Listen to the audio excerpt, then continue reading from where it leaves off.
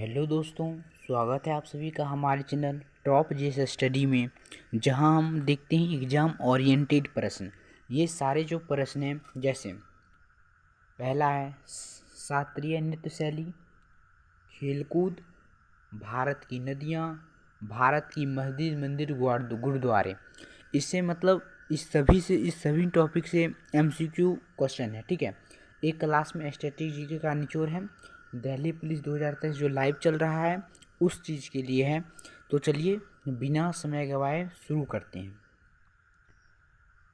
मेरा पहला क्वेश्चन है, निम्नलिखित में से कौन सा एक उत्तर भारतीय नृत्य है? उत्तर भारतीय नृत्य कौन सा है? तो कथक। इसका ए हो जाएगा सही जवाब। कथक जो है उत्तर भारतीय नृत्य है। अगले प्रश्न की तरफ चलते हैं। कुचिपुड़ी किस राज्य की नृत्य शैली है? कुचिपुड़ी किस राज्य की नृत्य शैली है? कुचिपुड़ी किस राज्य की नृत्य शैली है? आंध्र प्रदेश। इसका सही जवाब हो जाएगा बी ऑप्शन नंबर। देखो, एसएससी ने पूछा था 2011-13 में, बी एसएससी बिहार एसएससी ने पूछा था 2014 में। चलिए आगे क्वेश्चन की तरफ चलते हैं। मोहिनी अट्टम एक पारंपरिक नृत्य है। इस नृत्य की उत्पत्ति भारतीय राज्य किस राज्य में हुई है? तो मोहिनी अट्टम जो पारंपरिक नृत्य है, इस नृत्य की उत्पत्ति केरल राज्य में हुई है। इसका सही जवाब हो जाएगा ऑप्शन ए। एसएससी ने पूछा था 2016 में और 2019 में। चलिए आगे की तरफ चलते हैं। अगला क्वेश्चन है, केरल में सर्वाधिक प्रचलित शास्त्रीय नृत्य कौन है? देखो यहाँ पर कि ये तो मोहिनी अट्टम केरल में भी है और कथकली भी है, लेकिन यहाँ पूछ रहा है कि सबसे प्रचलित कौन है। तो सबसे ज़्यादा प्रचलित है कथकली। तो इसका सही जवाब यहाँ पर बी हो जाएगा।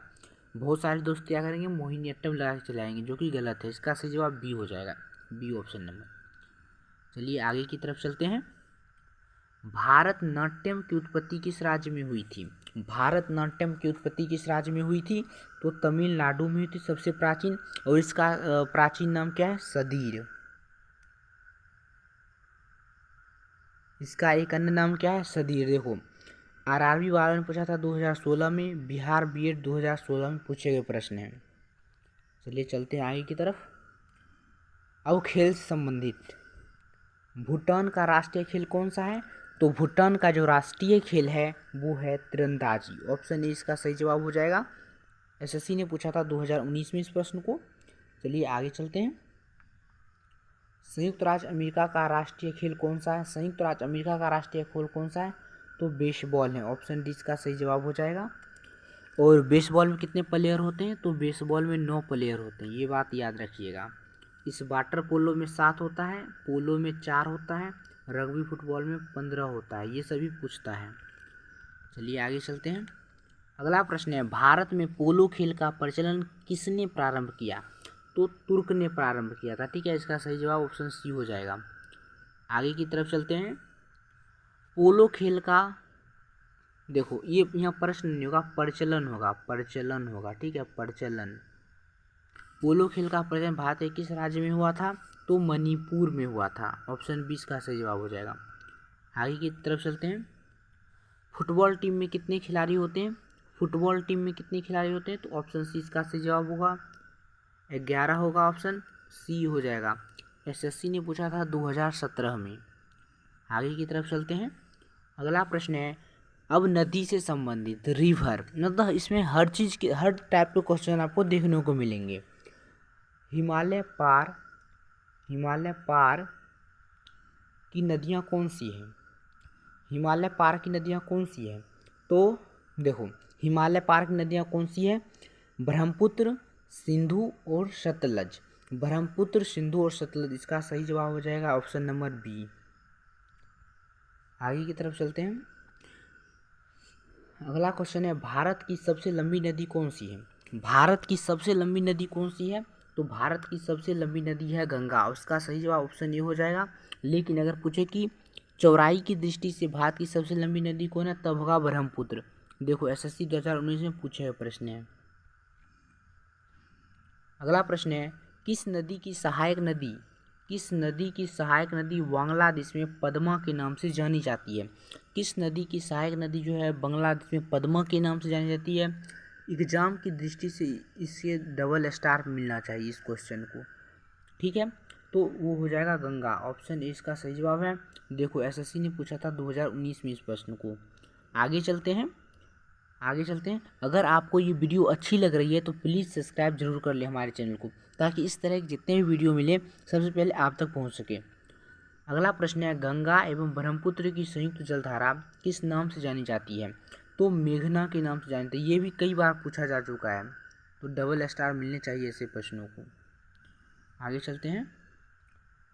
सुंदरबन डेल्टा कौन सी नदी बनाती है? तो सुंदरबन डेल्टा बनाती है गंगा ब्रह्मपुत्र नदी, ऑप्शन डी इसका सही जवाब हो जाएगा।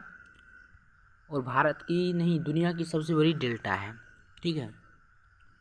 अगला प्रश्न है, मंदिर से आप संबंधित है। देखो स्वामी नारायण मंदिर और जिससे कहते हैं अक्षरधाम, कहाँ पर स्थित है? तो गांधीनगर में स्थित है, तो इसका सही जवाब हो जाएगा ऑप्शन डी। आगे की तरफ चलते हैं। अगला प्रश्न है, ब्लैक पेगोडा के नाम से कौन सा मंदिर प्रसिद्ध है? ब्लैक पेगोडा के नाम से कौन सा मंदिर प्रसिद्ध है?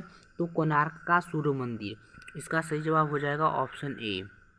आगे की तरफ चलते हैं। अगला प्रश्न है, खजुराहो के मंदिर किस राज्य में है? खजुराहो के मंदिर किस राज्य में? मध्य प्रदेश में, इसका सही जवाब ऑप्शन सी हो जाएगा। देख सकते हैं एसएससी ने पूछा था 2019 में इस प्रश्न को। चलिए आगे की तरफ बढ़ते हैं। अगला प्रश्न है, किस नगर में ख्वाजा मुइजुद्दीन चिश्ती की दरगाह है? इसने तो बहुत बार पूछा जा चुका है, इस प्रश्न को बहुत बार ही पूछे जा चुके हैं। तो किस नगर में है? तो अजमेर में है ख्वाजा मुइजुद्दीन चिश्ती की दरगाह, इसका सही जवाब हो जाएगा ऑप्शन डी। आगे की तरफ चलते हैं। अगला प्रश्न है, भारत के किस भाग में जैन धर्म के दिलवारा मंदिर स्थित है? जैन धर्म का दिलवारा मंदिर स्थित है माउंट आबू में, और ये माउंट आबू कहाँ है? राजस्थान में, ठीक है, राजस्थान में है, ठीक है। एसएससी ने पूछा था 2019 में इस प्रश्न को। आगे चलते हैं। चामुंडा माता मंदिर जो है, चामुंडा माता मंदिर कहाँ स्थित है? तो चामुंडा माता मंदिर जो है वो राजस्थान में स्थित है, इसका सही जवाब ऑप्शन सी हो जाएगा। आरआरबी वालों ने पूछा था 2008 में इस प्रश्न को। चलिए आगे की तरफ बढ़ते हैं। अगला प्रश्न है, अमृतसर स्थित स्वर्ण मंदिर का निर्माण किसने करवाया था? स्वर्ण मंदिर किसने बनवाया था? तो गुरु अर्जुन देव ने बनवाया था, ऑप्शन इसका सही जवाब ए हो जाएगा। चलिए आगे की तरफ चलते हैं। अगला प्रश्न है, कोणार्क का सूर्य मंदिर का निर्माता कौन है? तो कोणार्क का सूर्य मंदिर है उसका निर्माता कौन है? नरसिंह देव द्वितीय, इसका सही जवाब हो जाएगा ऑप्शन सी। आगे की तरफ चलते हैं। अगला प्रश्न है, माउंट आबू का दिलवारा मंदिर किसको समर्पित है? तो माउंट आबू का जो दिलवारा मंदिर है वो पूर्णतः जैन धर्म को समर्पित है, और पहले हम जान चुके हैं कि ये राजस्थान में है। आरआरबी वालों ने पूछा था 2006 में इस प्रश्न को। चलिए आगे चलते हैं। अगला प्रश्न है, हजारा राम मंदिर किस राज्य में है? VVI है। हजारा राम मंदिर किस राज्य में है? तो विजयनगर में है, विजयनगर साम्राज्य में है हजारा राम मंदिर। आगे क्वेश्चन तब चलते हैं। आज का आखिरी और लास्ट प्रश्न है, पंचायतन शैली की का संबंध किससे है? पंचायतन शैली का जो संबंध है वो किससे है? तो मंदिर वास्तुकला से है, ऑप्शन डी इसका सही जवाब हो जाएगा। एसएससी वालों ने पूछा था 2019 में इस प्रश्न को। अगर आपको ये वीडियो अच्छी लगती है तो आप अपना लास्ट में फीडबैक जरूर दें, ताकि हम उस आधार पर, और आपको कौन सी वीडियो किस टॉपिक पर चाहिए ये भी हमें कमेंट करें। आज के इतना ही, मिलते हैं आगे की वीडियो में। अभी के लिए धन्यवाद।